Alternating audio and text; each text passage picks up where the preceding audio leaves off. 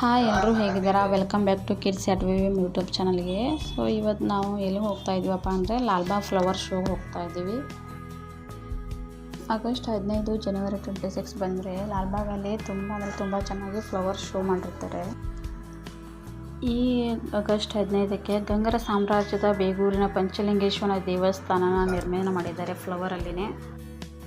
ಆ ಒಂದು ಫ್ಲವರ್ಗೆ 6 ಲಕ್ಷ ಹೂವುಗಳಿಂದ ಮಾಡಿದ್ದಾರೆ ಅಂತ ನಮಗೂ ಯಾರೋ ಹೇಳಿದ್ದು. ಸೊ ಅದನ್ನೇ ನೋಡೋಕ್ಕೆ ಹೋಗ್ತಾ ಇದ್ದೀವಿ ಇವಾಗ, ಎಷ್ಟು ಚೆನ್ನಾಗಿರ್ಬೋದು ಅಂತ ಹೇಳಿ. ಸೊ ಗ್ಲಾಸ್ ಹೌಸ್ಗೆ ಬಂದುಬಿಟ್ಟು ಟೋಟಲಾಗಿ 34 ಲ್ಯಾಕ್ ಫ್ಲವರ್ನ ಇದು ಮಾಡಿದ್ದಾರೆ. ಈ ಒಂದು ಫ್ಲವರ್ ಶೋ ಬಂದುಬಿಟ್ಟು ಆಗಸ್ಟ್ 6ರಿಂದ 17ವರೆಗೂ ಇರುತ್ತೆ. ಸೊ ನೀವು ಯಾರೋ ಹೋಗಬೇಕಂತ ಇದ್ದರೆ ನೋಡಿ, ಟ್ರೈ ಮಾಡಿ. ನಾವು ಕೂಡ ಹೋಗಿದ್ದೀವಿ, 7th ಹೋಗಿರೋದು ನಾವು ಇವತ್ತು.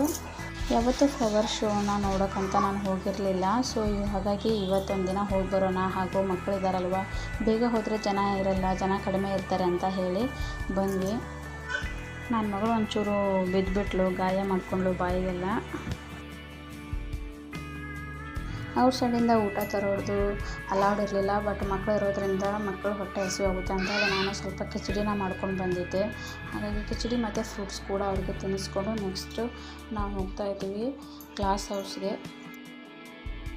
ಯಾರಾದರೂ ಫ್ಲವರ್ ಶೋ ನೋಡೋಕ್ಕೆ ಹೋಗಬೇಕು ಅಂತ ಅಂದ್ಕೊಂಡಿದ್ದೆ ಜನವರಿ 26 ಆಗಸ್ಟ್ 15ಗೆ ಹೋಗಿ. ತುಂಬ ಚೆನ್ನಾಗಿದೆ. ಹಾಗೆ ನಮ್ಮ ಈ ವ್ಲಾಗ್ನ ಒಂದು ಹೇಗಿತ್ತಂತ ತಿಳಿಸಿ, ಹಾಗೆ ನಮ್ಮ ಚಾನಲ್ನ ಸಬ್ಸ್ಕ್ರೈಬ್ ಮಾಡ್ಕೊಳ್ಳೋದನ್ನು ಮರಿಬೇಡಿ.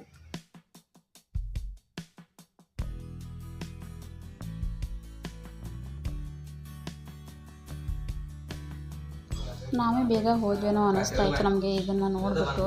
ಇನ್ನು ಆಗಸ್ಟ್ 15ಕ್ಕೆ 7 ಡೇಸ್ ಇದೆ, ಅಷ್ಟರಲ್ಲಿ ಎಲ್ಲ ಫ್ಲವರ್ಸ್ನೂ ಅರೇಂಜ್ ಮಾಡಿರ್ತಾರೆ. ಇದು ಮಾರ್ನಿಂಗು 7ಇಂದ ನೈಟ್ 7ವರೆಗೂ ಮಾತ್ರ ಸ್ಟಾರ್ಟ್ ಇರುತ್ತೆ. ಹಾಗೆ ಸ್ಕೂಲ್ ಯೂನಿಫಾರ್ಮಲ್ಲಿ ಬಂದ ಮಕ್ಕಳಿಗೆಲ್ಲ ಫ್ರೀ, ಹಾಗೆ ಏಜ್ ಇರೋರಿಗೆಲ್ಲ 100 ರೂಪೀಸ್ ಟಿಕೆಟು, ಹಾಗೆ ಚಿಲ್ಡ್ರನ್ಸ್ಗೆಲ್ಲ ಬಂದುಬಿಟ್ಟು 30 ರೂಪೀಸು.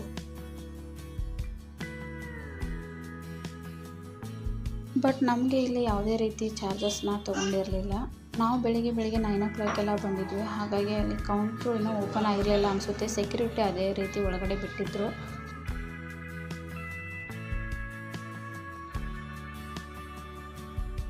ಇಲ್ಲೊಂದೇನೋ ಸೆಟ್ ಹಾಕಿದ್ದಾರೆ ಅಂತ ಹೋಗಿ ನೋಡ್ತಾ ಇದ್ವಿ. ಬಟ್ ಅದೇನಂದರೆ ಬಿಗ್ ಬಾಸ್ ಸೀಸನ್ 13 ಅಗ್ನಿ ಪರೀಕ್ಷೆ ಅಂತ ಹೇಳಿ ಇಲ್ಲಿ ಮಾಡಿದ್ದಾರೆ.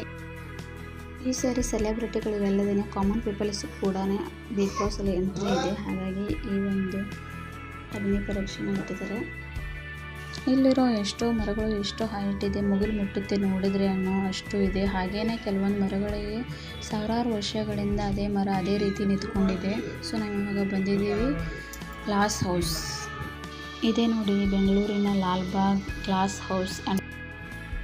ಅಲ್ಲೆಲ್ಲರೂ ಬಂದಿರೋರು ವಿಡಿಯೋಸು ಫೋಟೋಸು ಎಲ್ಲನೂ ತೆಗೆಸ್ಕೊತಾಯಿದ್ರು. ಸೊ ನಾವು ಕೂಡ ಅಲ್ಲಿ ಒಂದಷ್ಟು ಫೋಟೋಸ್ನ ತೆಗೆಸ್ಕೊಂಡ್ವಿ, ಹಾಗೆ ಈ ವ್ಲಾಗೋಸ್ಕರ ವಿಡಿಯೋನ ಮಾಡ್ಕೊಂಡು ಬಂದ್ವಿ.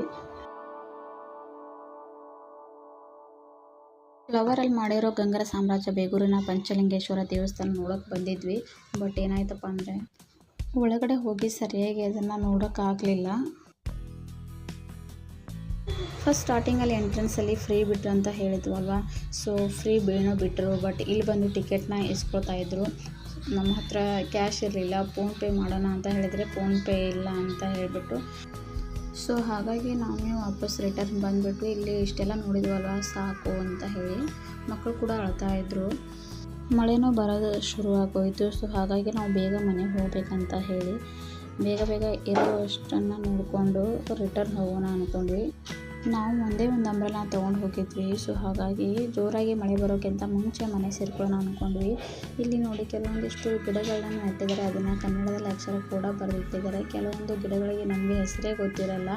ಇಲ್ಲಿ ಬಂದ ಮೇಲೆ ಕೆಲವೊಂದು ಗಿಡಗಳು ಯಾವುದಕ್ಕೆ ಏನಂತಾರೆ ಆ ಎಲೆಗಳ ಮೂಲಕ ತಿಳ್ಕೊಬೋದು. ಇಲ್ಲಿ ನಾವು ಗಣೇಶನ ತಗೋಬೇಕು ಅಂತ ನಾನು ಅಂದ್ಕೊಂಡಿದ್ದೆ. ಬಟ್ ಅದರಲ್ಲಿ ಒಂದೇ ಗಣೇಶ ಇದ್ದಿದ್ದರಿಂದ ಅದು ಕೂಡ ಚೆನ್ನಾಗಿರಲಿಲ್ಲ, ಸ್ವಲ್ಪ ಸೈಡಲ್ಲಿ ಮುರಿದೋಗಿತ್ತು. ಸೊ ಹಾಗಾಗಿ ನಾನು ಬೇಡ ಅಂತ ಹೇಳಿದೆ. ಅದಕ್ಕಿಂತ ಬೇರೆ ಗಣೇಶ ತುಂಬ ದೊಡ್ಡದಾಗಿತ್ತು. ಇಟ್ಟಿರೋ ಎಲ್ಲ ಪ್ಲೇಟ್ಸು ಮತ್ತು ಗ್ಲಾಸು, ಕಾಫಿದು ವಾಟರ್ ಬಾಟಲ್ಸ್ ಎಲ್ಲ ಬಿದರ್ ಗೊತ್ತಲ್ವ, ಅದರಿಂದ ಮಾಡಿರೋದು. ನನಗಂತೂ ತುಂಬ ಇಷ್ಟ ಆಗೋಯಿತು. ಕಾಫಿ ಕಪ್ ಒಂದನ್ನು ತೊಗೊಂಡೆ.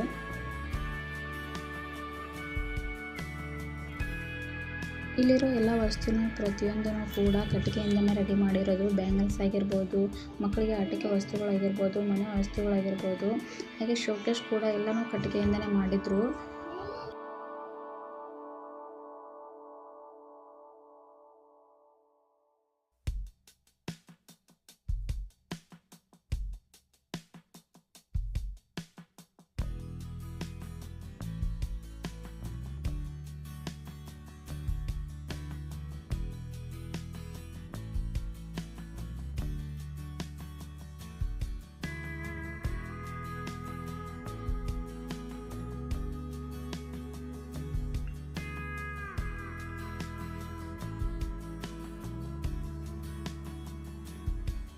ಇಂದಿರಾಸ್ ಫುಡ್ ಕಂಪನಿಯವರು ಕೆಲವೊಂದಿಷ್ಟು ಪ್ರಾಡಕ್ಟ್ನ ಟೇಸ್ಟ್ ಮಾಡೋಕ್ಕಂತ ಕೊಟ್ಟಿದ್ರು ನಮಗೆ. ಇಲ್ಲಿ ಮಕ್ಕಳು ಇರೋದ್ರಿಂದ ಸೊ ರಾಗಿ ಸರಿ ಆಗಿರ್ಬೋದು, ಡ್ರೈ ಫ್ರೂಟ್ಸ್ ಸರಿ ಆಗಿರ್ಬೋದು, ಅದನ್ನು ಅಲ್ಲಿ ಕೊಡ್ತಾಯಿದ್ರು. ಆದರೆ ನನ್ನ ಮಕ್ಕಳು ರಾಗಿ ಸರಿ ಎಲ್ಲ ತಿನ್ನೋದನ್ನ ಇವಾಗ ಬಿಟ್ಟಿದ್ದಾರೆ, ಊಟ ಮಾಡ್ತಾಯಿದ್ದಾರೆ. ಸೊ ಹಾಗಾಗಿ ನಾನು ಅವ್ರಿಗೆ ಹೇಳಿದೆ, ಊಟ ಮಾತ್ರ ಮಾಡ್ತಾಯಿದ್ದಾರೆ, ರಾಗಿ ಸರಿ ಎಲ್ಲ ತೊಗೊಂಡು ಬಿಟ್ಟಿದ್ದಾರೆ ಮೇಡಮ್ ಅವರು ಅಂತ ಹೇಳಿ. ಅಲ್ಲಿ ನಾನು ರಾಗಿ ಸರಿನ ಟೇಸ್ಟ್ ಮಾಡ್ತಾಯಿದ್ರೆ ಇವ್ರು ಬಂದುಬಿಟ್ಟು ಇಲ್ಲಿ ಚಕ್ಕಲಿ, ಕೋಡ್ಬಳೆ, ನಿಪ್ಪಟ್ಟೆಲ್ಲ ತೊಗೊಂಡು ತಿಂತಾ ಇದ್ದಾರೆ ನೋಡಿ.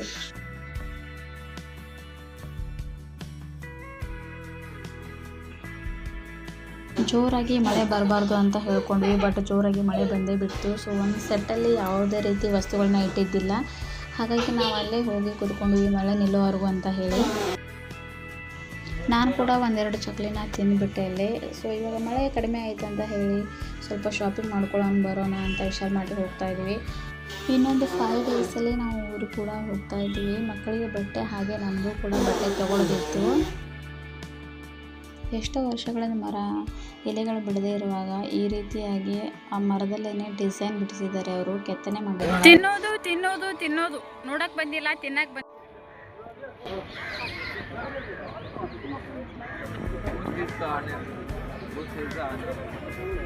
ಬೂಸ್ಟ್ ಅಲ್ಲ, ಅದು ಗ್ರೇಪ್ ಜ್ಯೂಸ್ ಇದೆ, ಅದಕ್ಕೆ ಇಷ್ಟು ದಪ್ಪ ಇದ್ದಾರೆ. ಎಲ್ಲಿನಿಂದ ಮಾಡಿರೋ ಡಿಸೈನ್ ಅನಿಸುತ್ತೆ ಇದೆಲ್ಲ ನೋಡಿದ್ರೆ, ಬಟ್ ಅದೆಲ್ಲ ಮರಗಳಿಂದ ಕೆತ್ತನೆ ಮಾಡಿದ್ದಾರೆ. ಇವಾಗಲೇ ಎಷ್ಟು ಚೆನ್ನಾಗಿದೆ ಲಾಲ್ಬಾಗು. ಇನ್ನು ಆಗಸ್ಟ್ 15ರಲ್ಲಿ ಎಷ್ಟು ಚೆನ್ನಾಗಿರಬಾರ್ದು. ಮಿಸ್ ಮಾಡ್ದೇ ಆಗಸ್ಟ್ 15 ನೀವು ಕೂಡ ಹೋಗಿ ನೋಡ್ಕೊಂಡು ಬನ್ನಿ. ಇವಾಗ ನಾವು ವಿಶಾಲ್ ಮಾರ್ಟಿಗೆ ಶಾಪಿಂಗ್ ಬಂದಿದ್ದೀವಿ.